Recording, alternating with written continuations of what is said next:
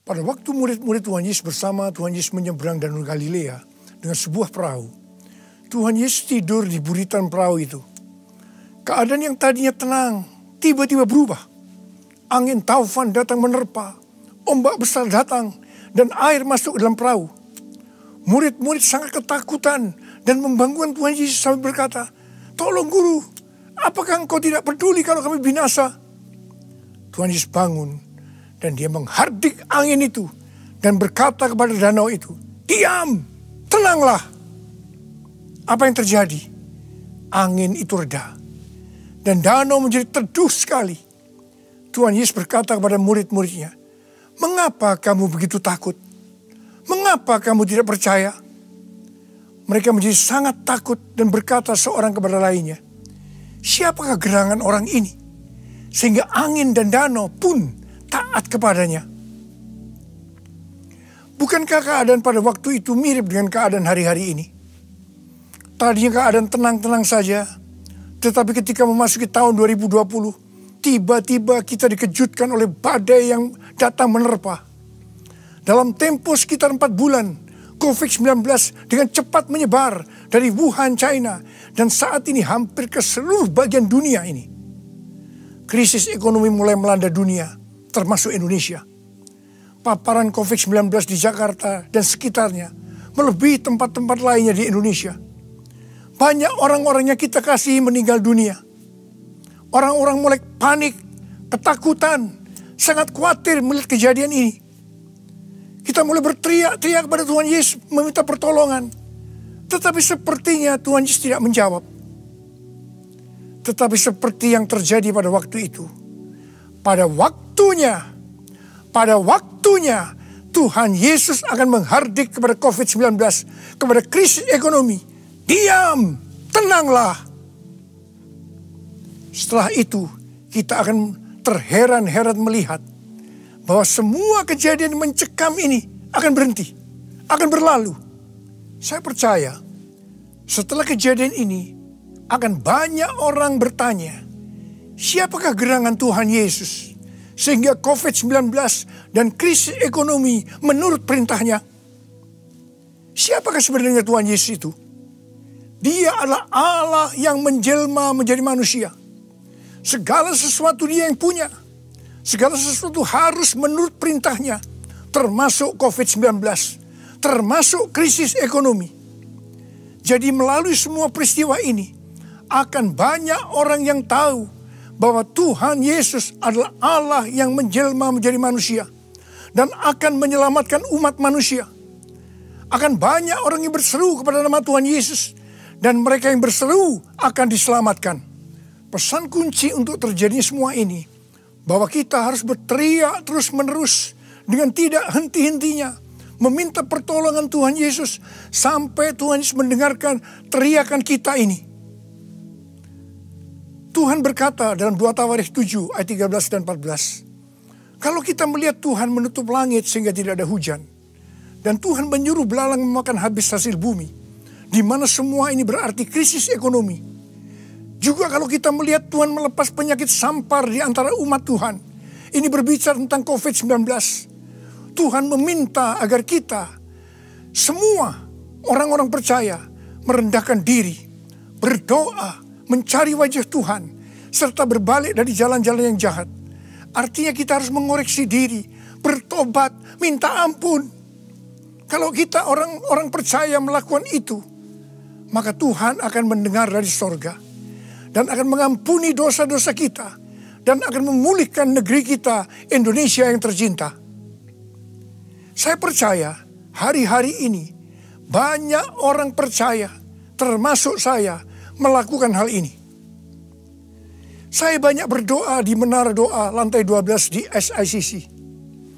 Akhir-akhir ini Tuhan ingatkan kepada saya, kejadian waktu tempat ini untuk pertama kalinya dipakai sebagai menara doa.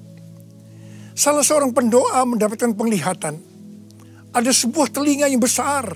Dan Tuhan berikan ayatnya dari 2 Tawarikh 7 ayat 15 dan 16.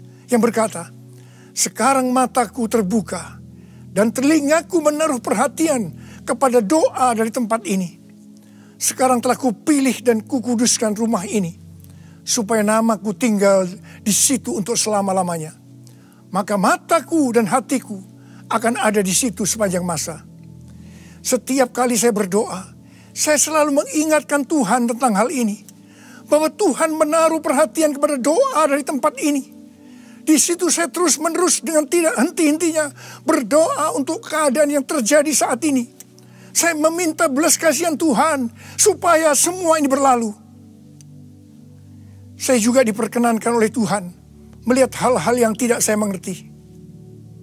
Dalam pergumulan itu, saya berkata kepada Tuhan, Tuhan, saya tidak mengerti akan semua ini, tetapi saya menerima segala keputusan Tuhan. Dalam keadaan galau seperti ini, tiba-tiba saya mendapatkan kiriman lagu, Bagi Dialah Kemuliaan, yang dinyanyikan oleh saya sendiri. Ketika saya menyimak lirik lagu itu, saya menangis. Lirik lagu itu diambil dari Roma 11 ayat 33 sampai dengan 36. Oh, alangkah dalamnya kekayaan, hikmat, pengetahuan Allah. Sungguh tak terselidiki keputusannya dan jalan-jalannya. Siapakah yang mengetahui pikiran Tuhan? Siapakah yang pernah menjadi penasehatnya? Sebab segala sesuatu dari Dia, oleh Dia, kepada Dia. Bagi Dialah kemuliaan sampai selama-lamanya.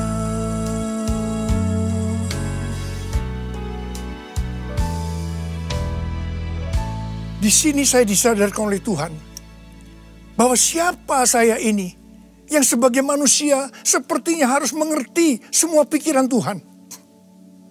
Ternyata Alkitab berkata bahwa segala keputusan Tuhan tidak terselidiki. Jalan-jalan Tuhan tidak dapat diselami. Engkau Tuhan yang berdaulat. Sebab segala sesuatu adalah dari Tuhan dan oleh Tuhan dan kepada Tuhan. Bagi Tuhanlah kemuliaan sampai selama-lamanya. Apakah saudara juga berdoa kepada Tuhan agar badai COVID-19 dan krisis ekonomi ini segera berlalu? Ada berapa banyak yang berkata, tolong Tuhan Yesus, tidakkah Engkau peduli kalau kami binasa? Seperti yang terjadi pada waktu itu, Tuhan akan berkata kepada kita, mengapa engkau begitu takut? Mengapa engkau tidak percaya? Saya diingatkan oleh seorang pendoa syafaat yang berkata kepada saya bahwa tulah di Mesir berhenti setelah anak domba Paskah disembelih. Kemudian setelah itu saya diberikan satu pengertian. Dan saya bertanya kepada Tuhan, Tuhan, apakah COVID-19 ini akan mulai reda atau menurun pada waktu Paskah? Setelah itu ada yang memberikan kepada saya nubuatan Chuck Pierce yang dituliskan dalam charismanews.com. Chuck Pierce pada waktu tahun 2006 pernah bernubuat untuk saya, yaitu akan dipakai dalam pelayanan kesembuhan. Dan nubuatan terjadi. Nah, Chuck Pierce pada bulan September 2019 bernubuat bahwa bangsa-bangsa akan mengalami kekacauan sampai Paskah 8 sampai 16 April. Tanggal 26 Januari 2020, kembali Chuck Pierce bernubuat bahwa suatu wabah yang besar datang menyerbu untuk menguji kita sampai dengan Paskah. Bagi saya, apakah hal ini berarti bahwa pada waktu Paskah COVID-19 ini akan mulai reda atau menurun? Hal yang mirip juga dikatakan oleh C.D. Jacob kepada Chuck Pierce pada tanggal 3 Januari 2020. Cindy berkata bahwa dalam 3 bulan pertama di tahun 2020, agar Chuck Pierce berhati-hati untuk perjalanan internasionalnya dan harus banyak beristirahat. Dan itu dilakukan oleh Chuck Pierce. Sekarang Chuck Pierce banyak menulis buku dan istirahat.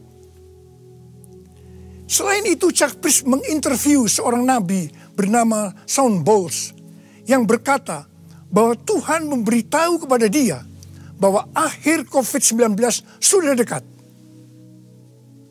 Terhadap nubuatan ini, saya meresponi dengan doa-doa saya.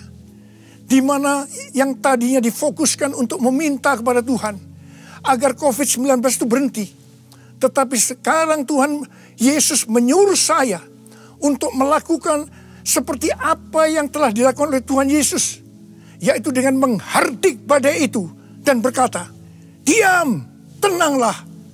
Karena itu sekarang saya memerintahkan kepada COVID-19 dan kepada krisis ekonomi dengan berkata, diam, tenanglah.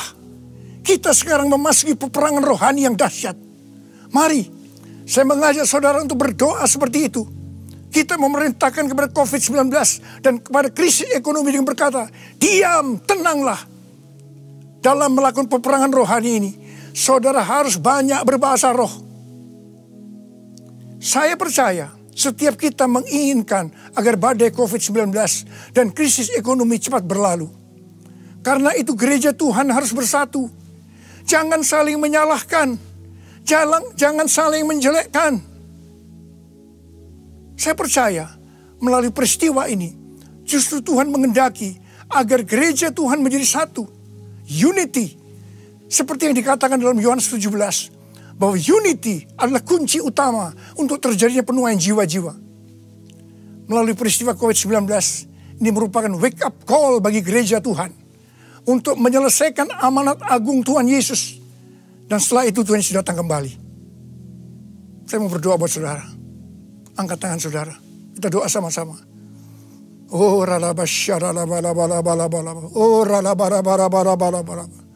Tuhan, kau melihat keadaan anak-anakmu saat ini Tuhan. Mereka membutuhkan pertolongan Tuhan. Dan Engkau hari ini memberikan kepada kami cara untuk menyelesaikan semua ini. Engkau mau ya Tuhan, kami yang percaya sekarang memerintahkan kepada COVID-19, memerintahkan kepada krisis ekonomi. Diam, tenanglah. Dan saya percaya Tuhan, apa yang dikatakan oleh kami, itu akan terjadi. Bapak, terima kasih buat semuanya. Engkau berikan otoritas kepada kami semua. Bapak, sembuhkan yang sakit. Sembuh dalam nama Yesus. Sembuh dalam nama Yesus. Sembuh dalam nama Yesus. Engkau tolong anak-anakmu ya Tuhan. Tolong anak-anakmu. Dalam nama Yesus. Amin.